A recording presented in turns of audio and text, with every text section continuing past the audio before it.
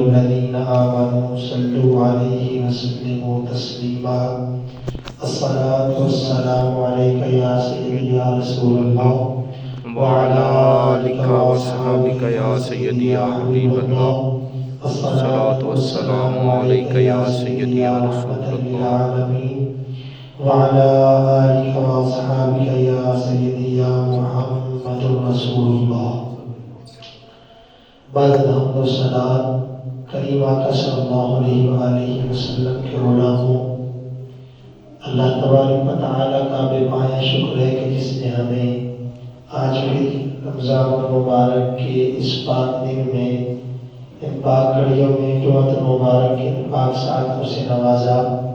دعا ہے اللہ آج کے اس پاک دن کے صدقے ہماری دین دنیا آخرت بہتر فرمائے۔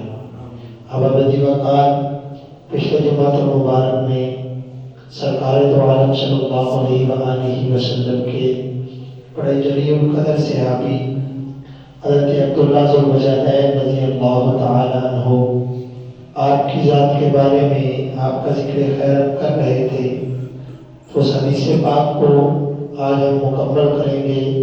اور آج سرکار دو عالم صلی اللہ علیہ وآلہ وسلم آپ کی پیاری رخت جگر حضرت فاطمہ الزہرا سلام اللہ علیہا آپ کی بارگاہ میں عقیدتوں کا خراج پیش کریں گے۔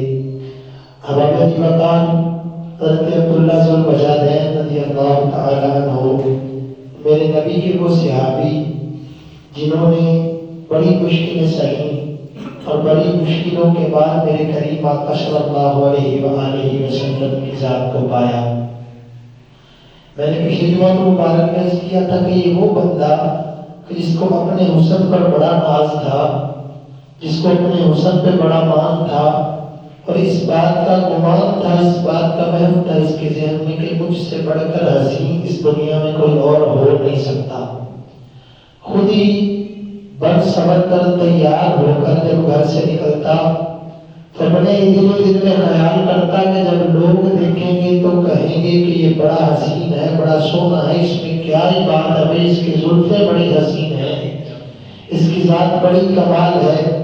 اس کا مختصر کہ اپنے حسن پر بڑا مان، مگر جب وہ حسن والے کی نگاہ بندی والے آقا کے چہرے پر پڑی تو اپنا حسن بھول گیا، صرف کریم آقا کا چہرہ دل میں بیٹھ گیا۔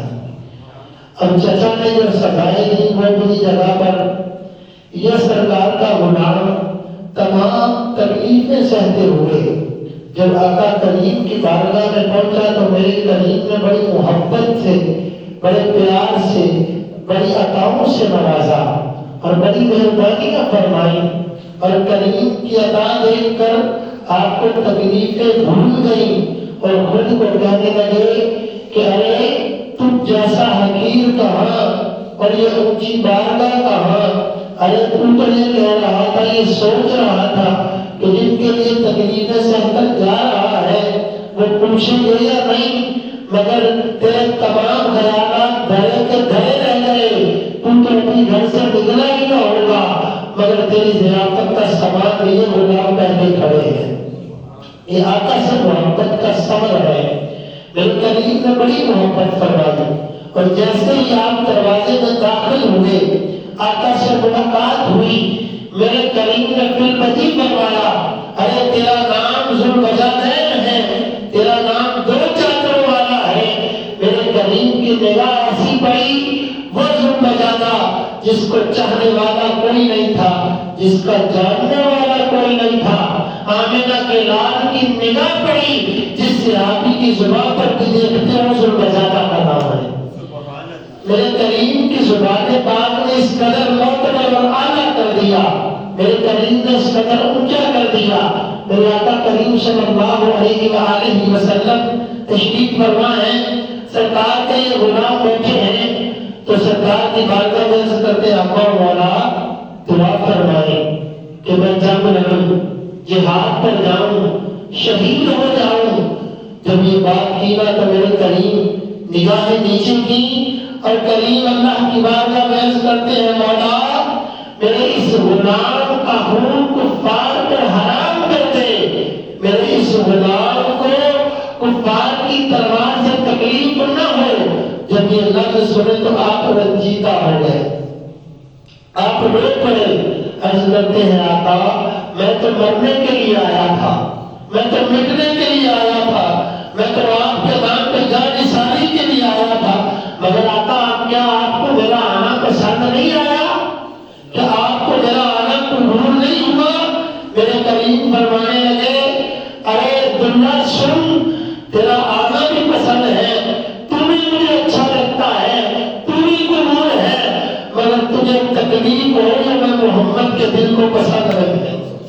اس قدر محبت کا انداز میرے کریم نے اپنایا، پھر فرمایا جا اٹھ، باہر سے کھجور کے درخت سے ایک پتا ایک ٹہنی توڑ کے لا، وہ لائے، آپ نے سرکار نے آپ کے بازو پر باندھی اور پھر دعا کی مولا جنگ کے بعد جب میں جہاد سے لوٹوں میرے اس غلام کو بخار ہو اور اس بخار کی حالت میں یہ دنیا سے چلا جائے مگر اس کا درجہ پھر بھی شہادت میں لکھا جائے، کیونکہ تیرے منہ سے جو نکلی وہ بات ہوتے رہی، زمانہ لاکھ گھٹائے اسے منظور بڑھانا تیرا۔ یاد رکھیے مصطفیٰ کریم کی بارگاہ سے جس کو خیرات عطا ہو جاتی ہے وہ بندہ عام نہیں رہتا بلکہ وہ خاص ہو جاتا ہے، پھر دنیا دار تو دنیا دار رہے، عرش کا رب اس کے نام اٹھاتا ہے۔ میرے کریم نے جب یہ دعا فرمائی کریم جہاد پہ چلے گئے۔ حضرت فاروق رضی اللہ تعالیٰ عنہ، اس بات کو مکمل کرنے سے پہلے ایک اور بات آپ کو سناتا چلوں، آپ مسجد میں کھڑے ہیں، حضرت ابن مجاہدہ قرآن پڑھ رہے ہیں، اعوذ باللہ من الشیطان الرجیم بسم اللہ الرحمن الرحیم، قرآن کی کوئی سورہ کی تلاوت کر رہے ہیں، اب اونچی آواز میں حضرت عمر نے یہ دیکھا تو غصہ آ گیا، کہنے لگے یار سنو، مسجد میں اونچی تلاوت نہیں کرتے، لوگ نماز ادا کر رہے ہیں، آپ پھر بھی اونچا، آپ غصے میں آئے، جا کر ایک تھپڑ مار دیا، جیسا ہی تھپڑ لگا آپ نے قرآن وہیں رکھا اور دوڑے سرکار کی بارگاہ میں، اور جب اس وقت جتنا محفوظ تھا تو اس وقت یہ تو اس شکل میں تو نہیں تھا، کبھی پتھروں پر کبھی پتھروں پر کبھی چمڑے کے ٹکڑوں پر، کیونکہ صحابہ نے اس طرح سے محفوظ کروایا۔ اب وہ چلے گئے، بارگاہ مصطفیٰ میں پہنچے، آنکھوں میں آنسو ہے کہ آقا میرے ماں باپ آپ پر قربان ہو جائیں، عمر نے مجھے مارا ہے، پھر کریم نے فرمایا عمر کو بلاؤ۔ اب عمر فاروق جیسی ہستی وہ ہستی کہ جو چلے تو پھر شیطان کو شرور دور دوڑ جائے۔ اب عمر بارگاہ مصطفیٰ میں آنے سے پہلے کانپ رہے ہیں، ڈر رہے ہیں کہ عمر ہو سکتا ہے آقا ناراض نہ ہو جائے، آج ہمیں تو پرواہ ہی نہیں ہے، ساری عمر دین کی اللہ کے احکامات کی دھجیاں اڑاتے رہے، اس شہر کا فکر ہی نہیں ہے کہ باری آنے والی ہے، وقت آنے والا ہے، دھرتی جس دن بن گئی تمام چیزیں دھری کی دھری رہ جائیں گی، مال و اسباب کام نہ آئیں گے، صرف کام آئے گی تو ایک ہی شے کام آئے گی جو اس کی شان کریمی یا مصطفیٰ کے در کی نسبت۔ ہمیں تو فکر ہی نہیں ہے۔ اب عمر فاروق رو رہے ہیں، آپ عرض کی آقا عمر سے کیا خطا ہو گئی؟ میرے قریب روئے، رو کر فرمایا عمر تو جانتا نہیں کہ اس نے ہمیں بڑی تکلیفیں سہ کر پایا ہے، تو تلوار لے آیا تھا، تو تلوار لے کر آیا تھا اور ارادہ یہ تھا کہ اس کو شہید کر دوں گا، مگر دیکھ اس نے تو گھر چھوڑا، باہر چھوڑا، کیونکہ تیرے ذکر دھوڑے کھان نہیں، ہاں تیرے نام تو مفت بھی کان نہیں، ہاں تیرے باندیاں بھی مہمان نہیں، ہاں تیرے درد کتے امال ادب عزیزی آقا میں ارادہ تک نہیں سے پارا، یہ اونچا پڑ رہا تھا، میں نے سمجھایا یہ رکا نہیں، فرمایا سنو تم لوگوں کے لیے قانون الگ ہے، یہ اونچا پڑے یہ آہستہ پڑھیے، اس کو اجازت ہے، اس کو کوئی جگہ نہیں ہے۔ یہ ہے محبت مصطفیٰ کا صلہ کہ جب مصطفیٰ کریم کے نام پر سب کچھ لٹایا تو قوانین بدل گئے، تمام معاملات بدل گئے، پھر وہ وقت بھی آیا کہ سرکار کا غلام بخار کی شدت سے دنیا سے چلا گیا. جب گئے تو آقا نے فرمایا لاؤ اس کی قبر کو میں ٹھیک کرتا. میرے کریم اندر جہاد کے اندر اترے.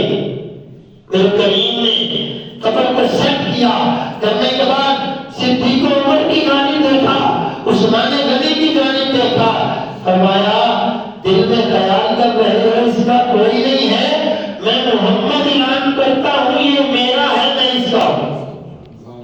اب ذرا غور کر لیجیے, تم آنکھ تیری تم آنکھ میری, پیچی ہوئی میں زلف دے پیچ دیا, تیری راہ دے گزرن گزار میری, نہ کچھ پلے تے نہ کچھ ویچ دیا, میں تو سمجھ کے ٹوکری چاڑو والی. اب ذرا غور تو کریے, کدو آختی تساں نے میچ دیا تے مینوں ایویں کلوکی سردار آکھن, میں تے منگتی تساں دے دیس دیا. آقا عبداللہ کے پلے کچھ نہیں تھا, مگر آپ کے ان لفظوں میں دنیا و آخرت میں مجھے ادا کر دیا ہے. اب ذرا غور کریں, صدیق اکبر کو جب آقا نے فرمایا ہوگا یہ میرا ہے میں اس کا ہوں, تو بتائیں دل میں کیا خیال آتے ہوں گے. حضرت عبداللہ بن مسعود کہتے ہیں جب میں یہ سن رہا تھا نا تو پہلے آج تک دل میں خیال نہیں آیا, مگر قسم خدا کی اس دن دل میں خیال بھی آیا اور خواہش بھی جاتی کہ کاش اس کی جگہ پہ قبر پہ لیٹنے والا میں ہوتا. کاش آج مصطفیٰ کریم کے ہاتھ قبر میں مجھے اٹھا رہے ہوتے.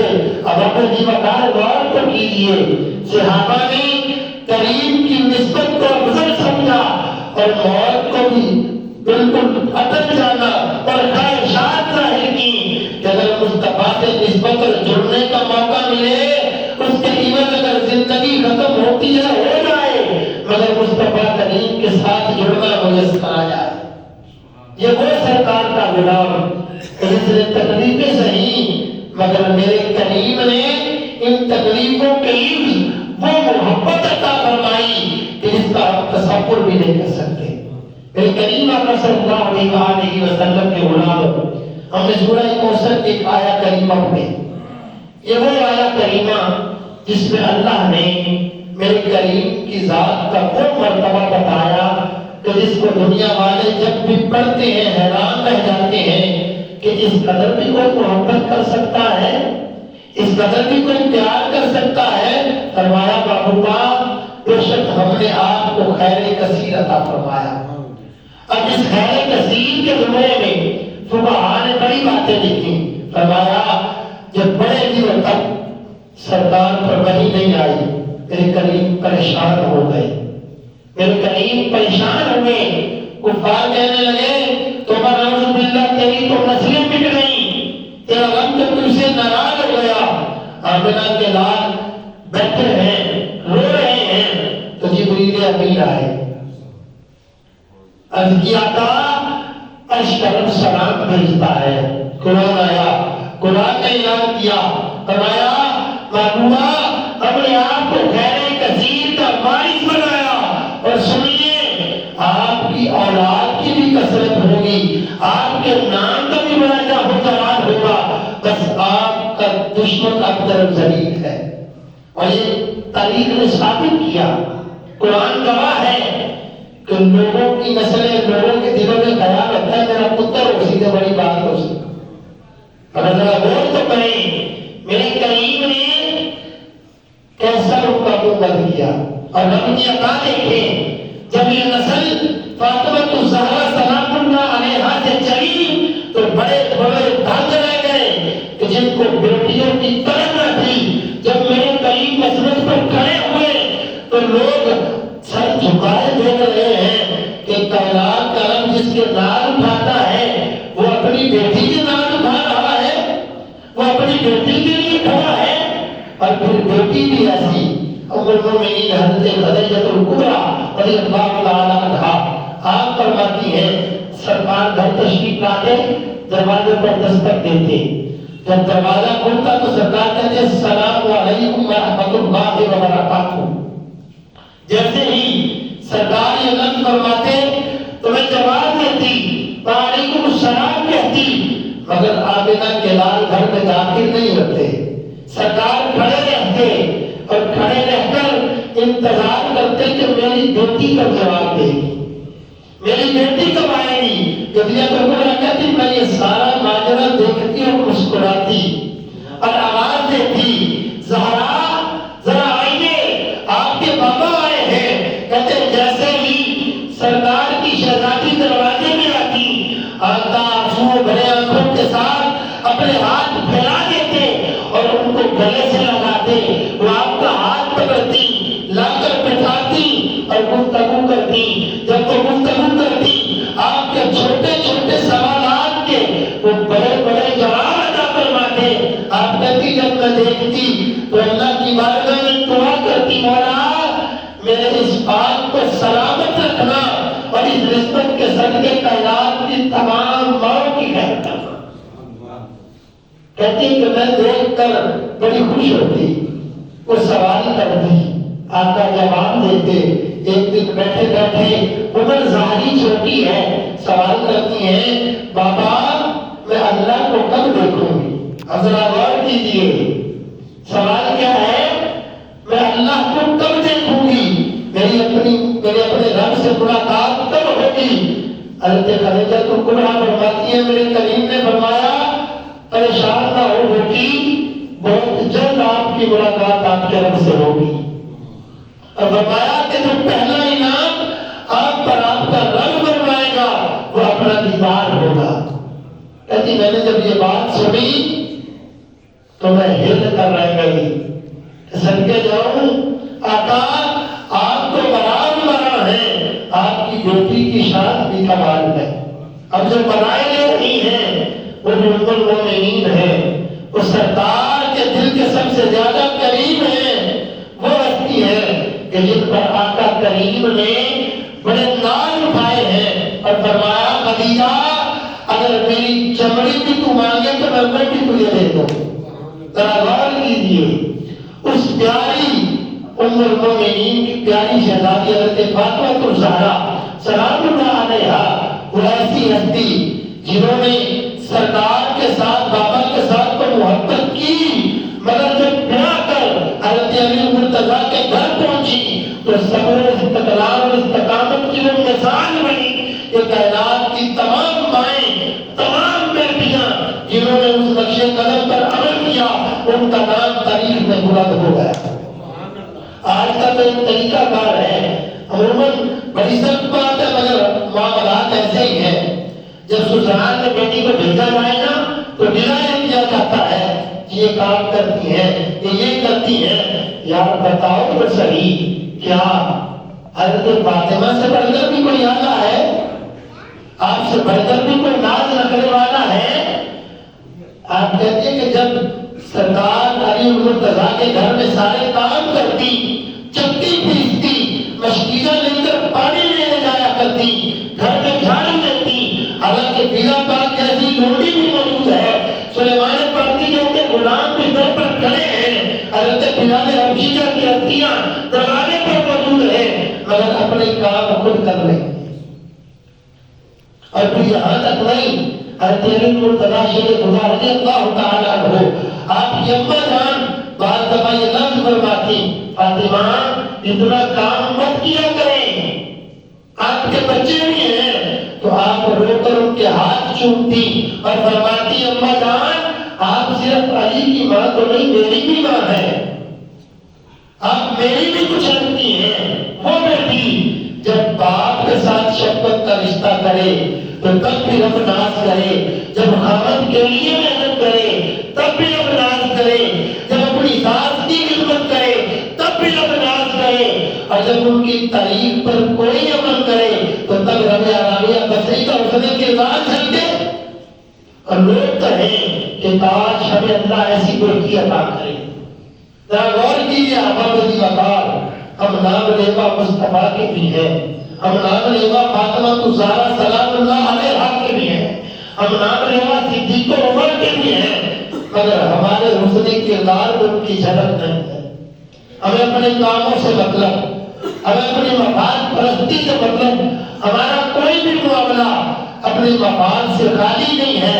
یاد رکھیے جس دن یہ امت ایسے قوم ایسے مسلمان یہ ارادہ کرے گی کہ مفاد پرستی کی حد سے بڑھ کر بغیر بلوچ ہو کر ہر مفاد کو پیچھے رکھ کے اس نام کے لیے اپنے بھائی سے محبت کرنی ہے، ماں کی خدمت اس کی رضا کے لیے کرنی ہے، باپ سے شفقت اس کی رضا کے لیے کرنی ہے۔ یاد رکھیے پھر تنگیاں نہیں آئیں گی، پھر آپ کی نسلیں، آپ کی بیٹیاں اس در کی کنیزیں ہوں گی، آپ کے بیٹے تو ابو بکر و عمر کے کردار کی جھلک ظاہر کریں گی۔